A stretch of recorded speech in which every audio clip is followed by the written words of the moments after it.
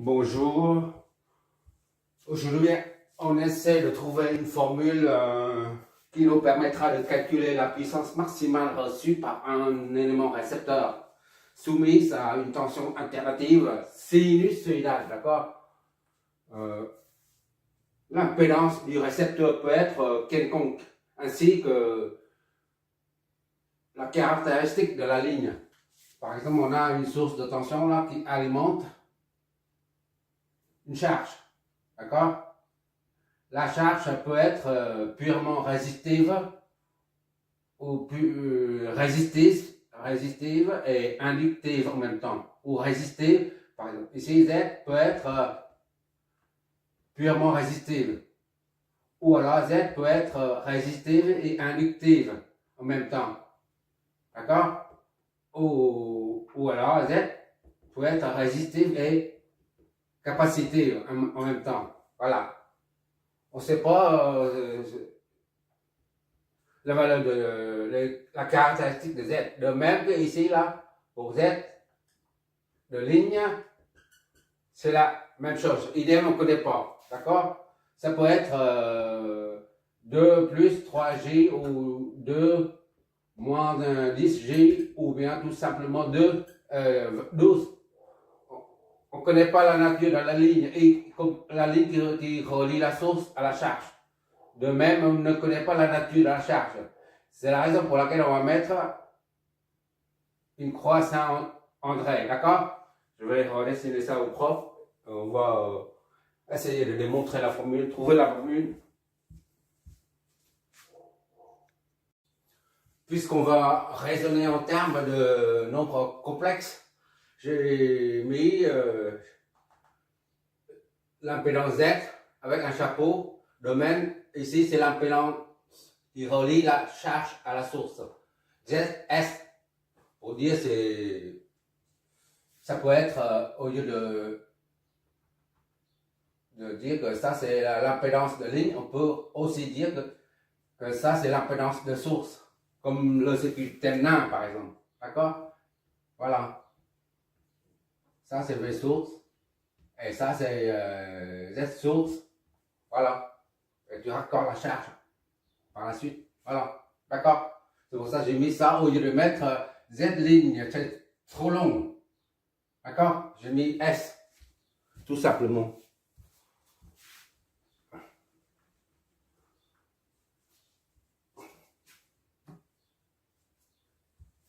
Donc, on va appeler ça RS plus XS fois G. D'accord? C'est un nom complexe. On connaît RS et XS. C'est ce bout-là, on connaît. D'accord? Par contre, ici, c'est la charge, on ne connaît pas. Justement, R plus X, G. Ça, on ne connaît pas. Et on cherche à régler de sorte, on doit déterminer la valeur de Z, charge, pour qu'elle reçoive le maximum de puissance en provenant de la source VS.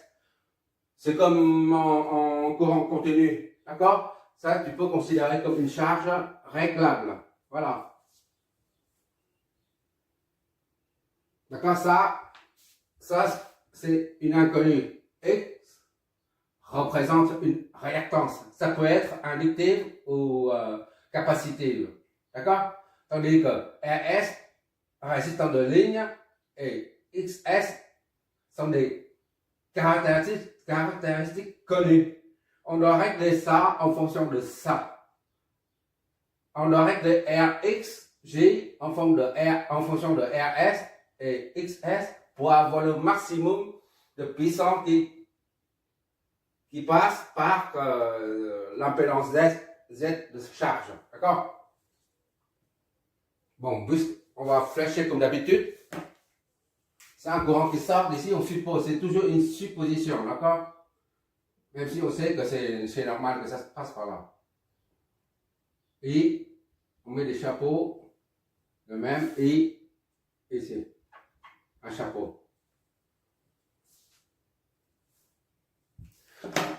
Moi, je suis comme toi, j'essaie de comprendre, hein, on est là pour apprendre.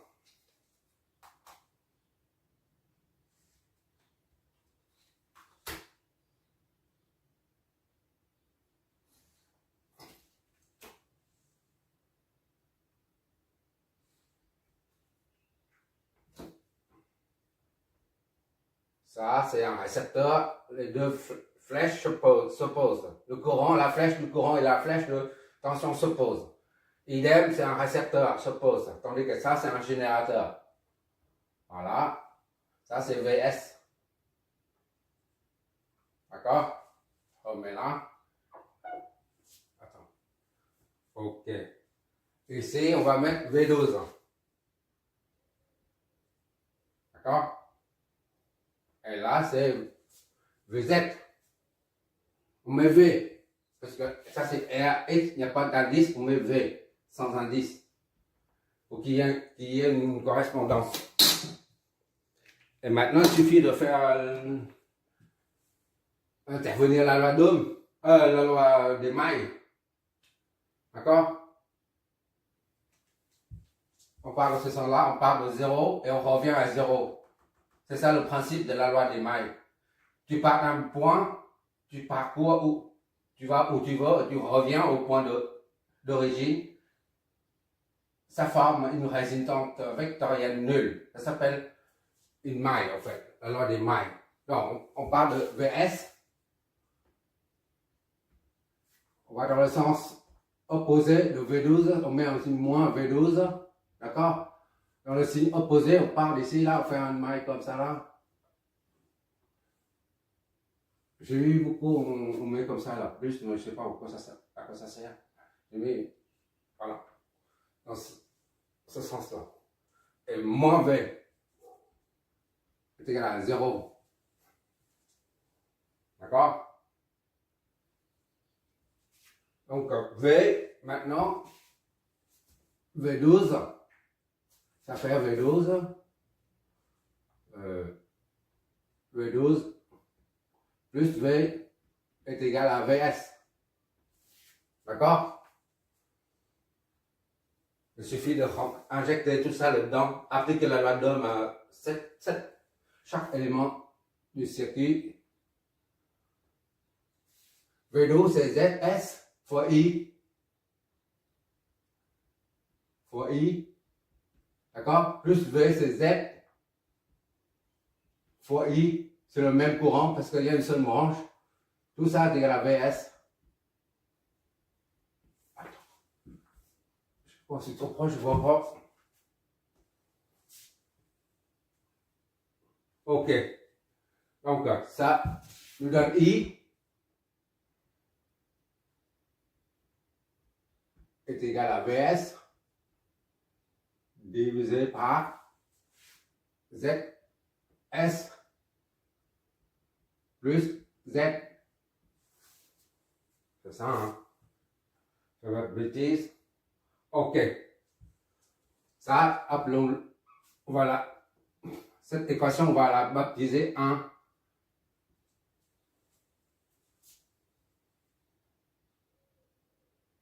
Sachant que ZS est égal à ça plus ça et Z est égal à ça plus ça. Maintenant, il suffit d'injecter ces deux paramètres là-dedans.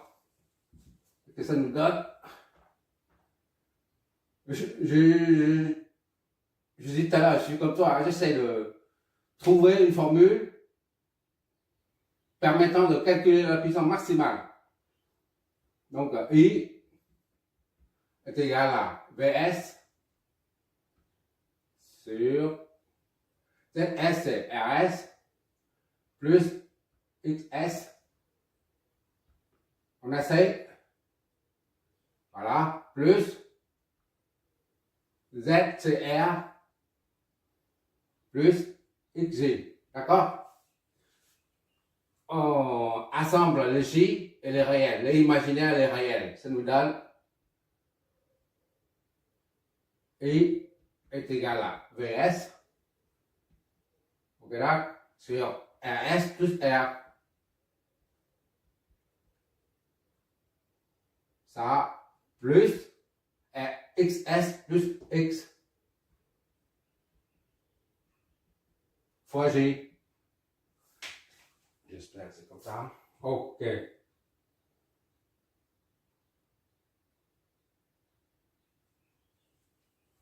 Ça c'est ok. Donc maintenant on continue. Mais pour éviter de traîner ça partout, on va poser Z somme est égal à ça. D'accord? Poser. Oh là, j'ai le genou là. S somme, Z somme est égal à RS plus R plus XS plus X par G. D'accord? Donc 2 nous donne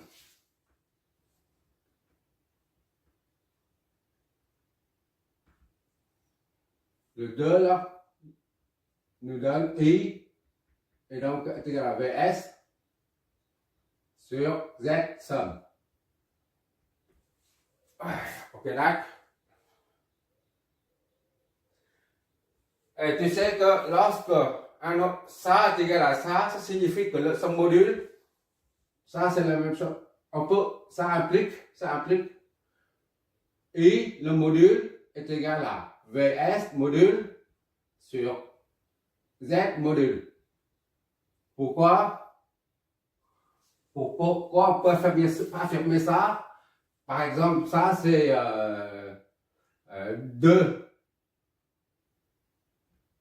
10 degrés par exemple, est égal à 20 sur 10 phi machin plus phi bidule. Peu importe, phi. D'accord? Phi 1 sur phi 2. D'accord? Ça c'est 10. C'est 10. Ça, phi là est égal à phi 1 moins phi 2. D'accord? Mais ça, là, le module reste toujours pareil. D'accord? C'est pour ça, maintenant, on ne raisonne pas avec le déphasage. Juste, on prend juste le module. Module est égal à module sur module, module sur module. J'ai juste détaillé un peu.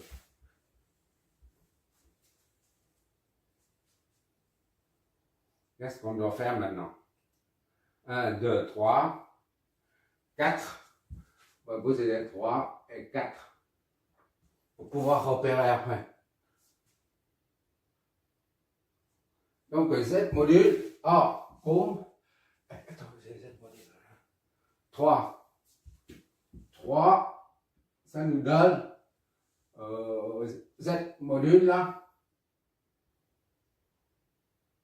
est égal à RS, d'accord, plus R au carré, plus XS plus X au carré. Tout ça sous la racine de 2. D'accord, hein? Z est égal à A plus JB. Le module est égal à A au carré plus B au carré. Facile. Voilà. C'est juste un rappel.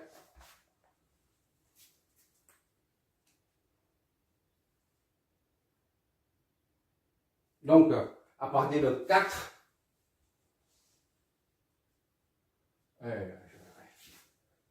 le 4 nous donne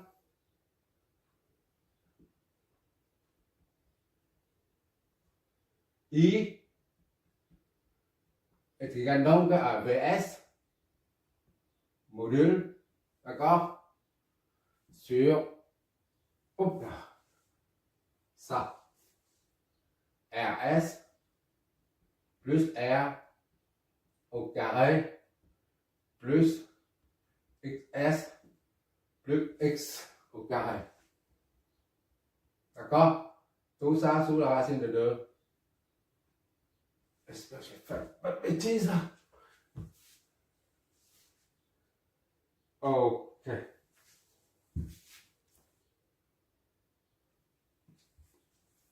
Oui, j'ai oublié ça. Ça, c'est la puissance active. Hein. Puissance active maximale. Donc, je mets ici P active, P moyenne ou P active, P moyenne maxi. à trouver. D'accord? Voilà. Puisqu'on cherche la puissance maximale, la puissance active maximale, parce que là, c'est la puissance utile, d'accord? Ou la puissance moyenne, c'est la même chose. Maximale. Et on sait que pour trouver la puissance maximale, on a besoin de la quantité I au carré. Tôt ou tard, on va tomber là-dessus. C'est pour ça qu'on élève ça au carré. De suite, pour voir, on aura besoin certainement est égal à BS au carré sur tout ça, on enlève la racine parce que c'est au carré.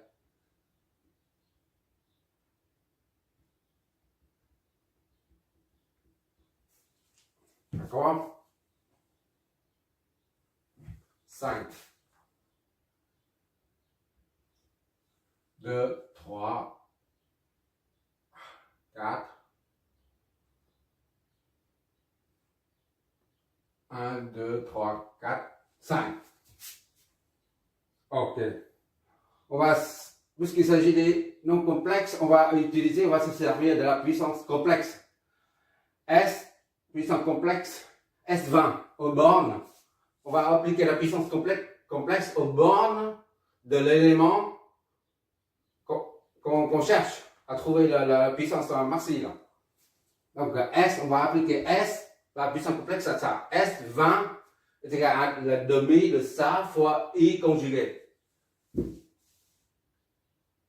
S20 est égal à demi de V fois I conjugué. D'accord? Ok. Mais ça est aussi égal à cosinus phi. Je reprends ici. C'est trop haut. Ici. S20 est égal à. On a 4 formes pour la formule puissance complexe, tu t'en rappelles? I conjugué sur 2 est égal à ça là, fois phi, d'accord? Phi 20 fois phi. Déjà, phi.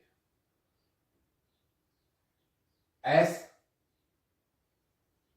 cosinus phi plus G sinus phi. Donc, je te rappelle, il suffit de revoir les exos précédents. On va développer ça. S cosinus phi. Ça représente le déphasage entre le courant et la tension, d'accord? Hein? On met tout de suite, on met après. Cosinus phi plus JS sinus phi. D'accord? Avec sinus phi, c'est phi V moins phi I. Ça te rappelle? Donc S20 et donc est égal à. Alors S est égal à. S est égal à VF fois IF. D'accord? Et V efficace est égal à le module maxi là, divisé par racine de 2. Et I efficace, c'est le module divisé par racine de 2. Ça fait V I sur 2. D'accord? D'où S, je ne sais pas si tu vois encore. S20 est donc égal à S, c'est ça. D'accord? On met dedans V fois I sur 2 cosinus de phi, d'accord? Plus ça. VI sur 2, d'accord, sinus phi et J. Bon, maintenant, sachant que phi est égal à phi V moins phi I. Racine, module, divisé par 2, cosinus de phi V moins phi I. On a fait plusieurs fois ça. V, I, sur 2, sinus de phi V moins phi I, J. On fera toujours, j'espère. Ok, on voit toujours. Nous, on cherche la puissance moyenne ou la puissance active, c'est la même chose. Maximale qui sera livrée, qui sera fournie à la charge Z, d'accord? Ça représente la puissance max active, là, P, là. Et ça, c'est J, là. Ça, c'est Q, là. D'accord? Alors, cosinus de phi V, cosinus de phi V moins phi I est compris entre moins 1 et 1. D'accord? Le maxi, c'est 1. Le milli, c'est moins 1.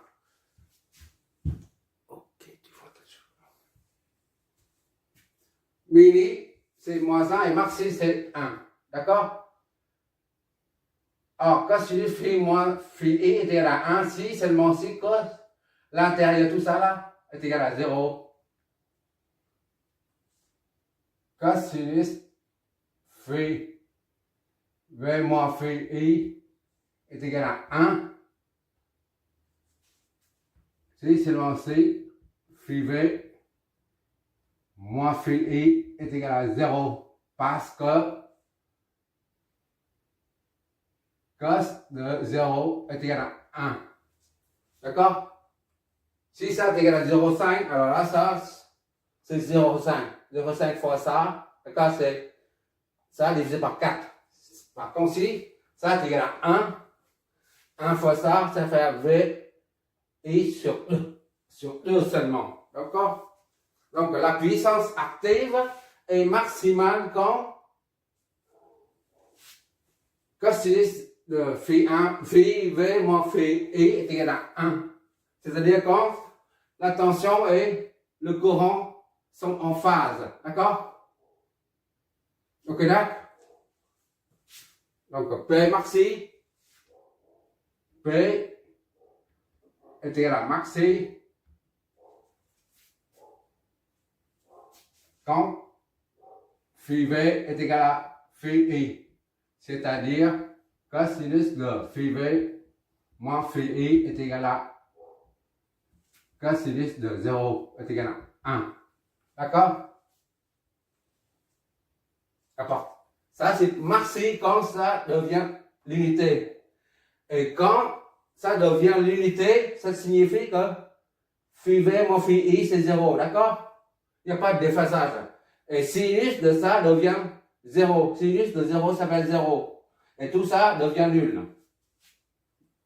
Il nous reste donc SV, là, la puissance maxi, là. S20 est égal à V I sur 2 fois 1. D'accord? Plus 0. 0 puissance réactive. D'accord? Quand c'est en phase, il n'y a pas de puissance réactive. Donc, P est égal à V fois I sur 2. D'accord?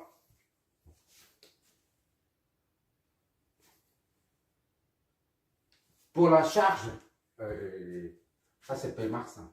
D'accord? J'ai oublié P max. P max est égal à ça. Alors, P max sera reçu par la charge. Et la charge, au niveau de la charge, seule R qui reçoit cette énergie, cette puissance maxi. D'accord? X ne peut pas absorber cette puissance active. D'accord? Donc, on va voir au niveau de la tension et courant lorsque R reçoit cette puissance maxi. D'accord? Comment on va faire? V est égal à RI. V est égal à R, c'est un réel, on ne met pas de chapeau, d'accord? C'est égal à RI. Est égal à V est égal à R module. Donc V module est égal à R, c'est un réel, c'est un module. D'accord? Il suffit de remplacer dedans. 4, 5, 6. 6 dans P max est égal à V. On remplace là-dedans. C'est R fois I. D'accord? Tout ça fois I sur 2. Ce qui fait P max est égal à R fois le module de I au carré sur 2.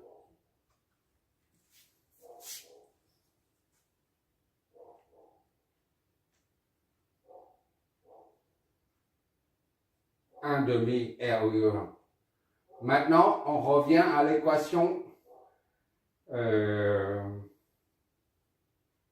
carrée. Là. On injecte ça dedans. D'accord? P max. C'est ici, là, on a trouvé le P max tout à l'heure. Tiens, le 5. Le 5 nous donne P max. On injecte I au carré dedans. R sur 2. D'accord? I au carré. Fois tout ça, là. VS au carré sur RS plus R au carré plus XS plus X. D'accord? Au carré. Je fais pas de bêtises. RS plus R au carré. XS plus X au carré. Ok. Ça, c'est la septième équation. Là, c'est une fonction. Septième. On va entourer. Là, c'est une fonction en fonction.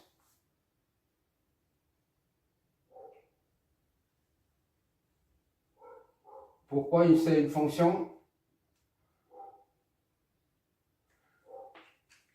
La puissance maxi est exprimée en fonction de R et de X. Ce sont des inconnus. D'accord? R et X. On a dit ça, c'est les caractéristiques de ligne qui relient la charge à la source.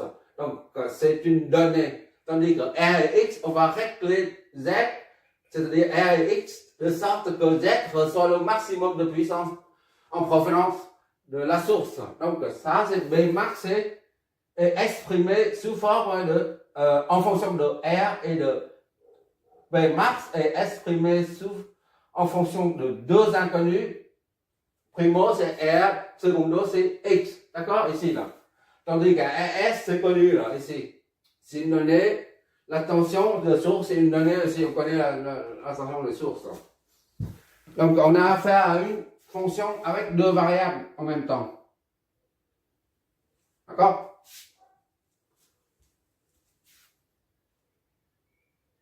Deux variables en même temps. Et comme pour en courant continu, il faut, tu te rappelles lors de la démonstration de la formule permettant de calculer la puissance maximale. D'accord? Et ici, la charge c'est R plus X. D'accord? Ça, c'est une fonction. En fonction de P, R et X en même temps. Les deux. D'accord? Pmax est exprimé en fonction de R et de X, deux variables. Et pour le courant continu, il suffit d'annuler la fonction de puissance ici pour trouver l'extrémum local. Ici, c'est pareil, c'est idem, pareil au même. Pour trouver la puissance maximale, il suffit d'annuler la dérivée de cette fonction pour trouver la valeur maximale locale. J'ai bien dit local, hein, l'extrémum local. Et comme il s'agit d'une fonction de à deux variables, eh ben, il faut faire deux fois les dérivés. Il s'agit des dérivés partiels. Premièrement, on dérive ça, on fait une dérivée de la fonction Pmax, Pmax en fonction de R et X. Voilà. Faire une dérivée de ça par rapport à une des deux variables. Par exemple, dérivée de ça par rapport à X et la R. Après, on fait une deuxième fois dérivée de la puissance Pmax par rapport à X. Parce qu'il y a deux variables. D'accord? Pour trouver la puissance maximale, il faut que les deux dérivés s'annulent en même temps. C'est tout. D'accord? C'est pas compliqué. Si tu n'es pas habitué à ça, il faut que tu revoies les maths en électricité, comme dans tous les domaines, c'est toujours les maths. Hein. Un problème d'analyse en génie civil, pareil. Hein. En génie civil, tu as un pont, tu as un immeuble de 10 étages, quel que soit le nombre d'étages. Pour analyser une structure comme ça, tu écris une centaine de lignes. Ce n'est pas des codes, mais des lignes de calcul mathématiques. Mais seulement la première, au maximum les trois premières. Au maximum. Il ne peut pas dépasser trois lignes. Les trois premières lignes représentent la RDM. Résistant des matériaux, le principe, des moments, des forces, tout ça. Tout ce que tu veux. Mais à partir de la quatrième ligne, ça y est, jusqu'au 50e, c'est que les maths. Il n'y a rien d'autre à part les maths. Dans tous les domaines, c'est pareil, je pense. Personnellement, je pense. Bon, pour annuler, il faut trouver la dérivée de ça. Les deux dérivés. Dérivée partielle de ça par rapport à R et dérivée partielle de ça par rapport à X. Et après, on les annule toutes les deux. D'accord? Bon, quand on annule la première dérivée, on trouve la valeur de R. On annule la deuxième, on trouve la valeur de X. D'accord? Bon, maintenant, il s'agit de faire la dérivée. Pour la première dérivée, on va prendre la dérivée par rapport à R. D'accord? P, R, X. Parce qu'il y a deux variables, d'accord? Tu fixes X à une constante. Tu considères X comme une constante pour pouvoir dériver. Sinon, il y a deux dérivés, tu ne veux pas dériver en même temps les deux variables. C'est la raison pour laquelle tu fixes X, c'est la constante. Voilà. Et tu dérives par rapport à ça. À la première variable, c'est R. Dériver ça est nul. La deuxième dérivée, c'est P. R, tu fixes comme une constante. Tu considères comme une constante. Et tu dérives la fonction par rapport à X. Ça, c'est juste une méthode. Hein. Ça a l'air compliqué, mais c'est pas aussi compliqué que ça. Si tu t'habitues, il n'y a pas de secret. Hein. Comme il y en a qui disent régime transitoire, il y a des secrets du régime transitoire, tout ça. Mais tu verras, il n'y a pas de secret. Quand tu utilises la méthode laplacienne avec les calculs via les intégrales laplaciennes, il n'y a plus de mystère. D'accord? Ici, c'est pareil. Si tu n'as jamais fait ça, ben, tu considères que X est une constante et R est une variable et tu fais la dérivée de ça. Et après, pour la deuxième dérivée, tu considères que R est une constante. Et tu dérives la fonction par rapport à X, c'est tout. D'accord? Ça s'appelle dérivée partielle. Là, c'est par rapport à R. Si tu veux, tu mets comme ça. Ça, c'est par rapport à X. Voilà. Pour que ça soit clair. Dérivée de ça par rapport à R. Et dérivé de ça par rapport à X. D'accord? Il faut que les deux dérivés s'annulent et à partir de là, on en déduit R et X. D'accord? Bon, ça, disons, c'est A.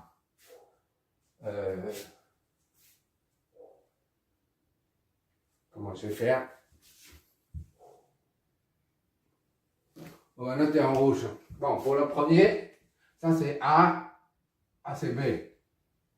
D'accord? Pour bien distinguer le truc. A, P, là, dérivé de ça, on prend P max.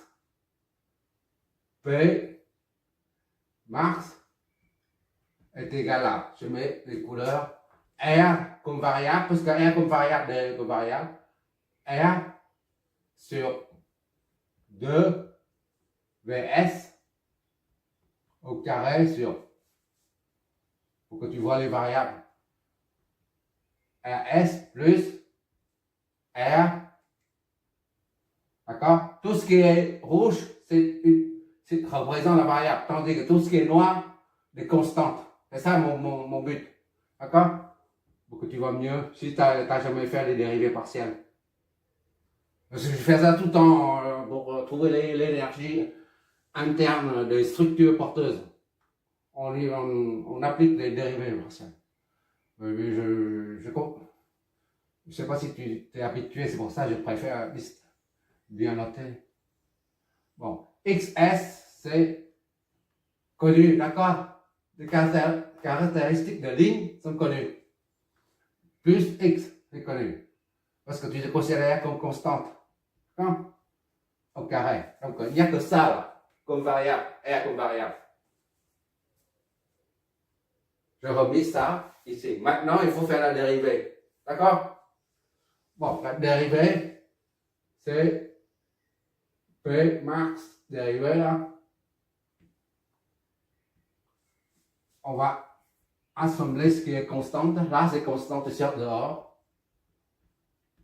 Au carré sur 2. D'accord? Fois R sur RS plus R,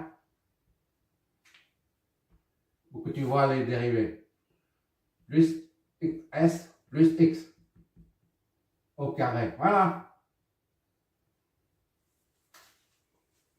Et maintenant, on prend la dérivée. Ça, c'est une constante. Ça, c'est une constante. Là, c'est une constante. Tout ça, une constante. Là, une constante. Ça, c'est variable. D'accord?